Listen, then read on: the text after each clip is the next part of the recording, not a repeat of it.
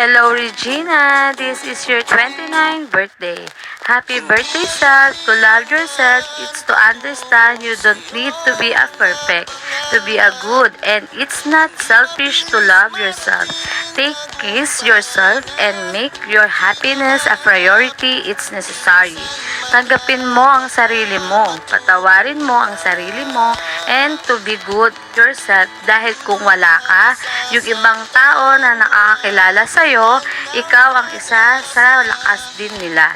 Inspirasyon ka ng mga ginagawa mo at mga wonderful things because that you are spending the rest of your life with your own Regina, the love that you so freely give to other people.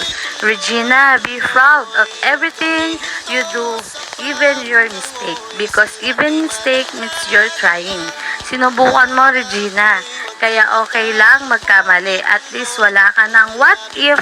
Regina, mahalin mo ang sarili mo kung sino ka talaga. Instead of hating yourself for what you are not, alam mo kung sino ka. Magtiwala ka sa sarili mo at mas mahalin mo ang sarili mo. Lalo na ang mga taong nagtitiwala sa iyo, Regina. Ang pagmamahal mo sa sarili mo is the greatest thing revolution. Stop hating yourself for everything you are and start loving yourself for everything you already are. Regina, pinapalakas kita kasi marami akong plano sa iyo, anak.